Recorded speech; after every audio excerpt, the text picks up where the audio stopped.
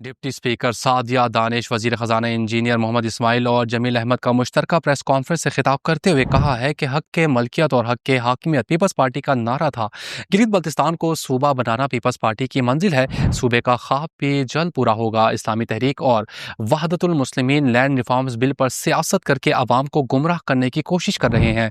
Land reforms بل تمام stake holders کے ساتھ مل کر پاس کرایا۔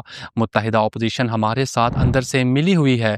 لینڈ ریفارمز بل منظور ہونے سے دریا کے کنارے سے لے کر پہاڑ کی چوٹی تک عوام مالک بن گئے ہیں۔ انہوں نے کہا کہ حق کے ملکیت اور حق کے حاکمیت پیپلز پارٹی کا نعرہ تھا۔ حکومت کے ساتھ مل کر خالصہ سرکار کے کالے قانون کو ختم کرنے کے لیے تمام اسٹیک ہولڈرز کے ساتھ مل کر ریفارمز بل اسمبلی سے منظور کرایا، مگر بدقسمتی سے بعض مذہبی جماعتیں تحریک اسلامی اور وحدت المسلمین آنے والے الیکشن میں سیاست کرنے کے لیے سیاسی سکورنگ کرنے کی ناکام کوشش کر رہے ہیں۔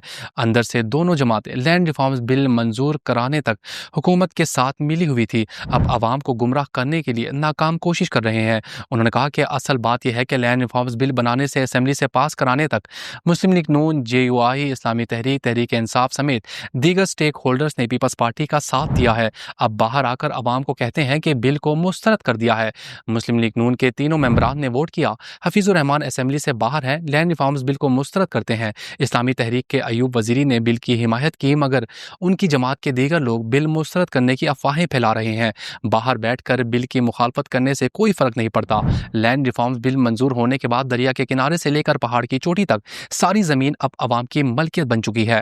انہوں نے کہا کہ حق کے ملکیت اور حق کے حاکمیت پیپلز پارٹی کا منشور تھا، اب گلگت بلتستان کو صوبہ بنانا پیپلز پارٹی کا خواب بن چکا ہے۔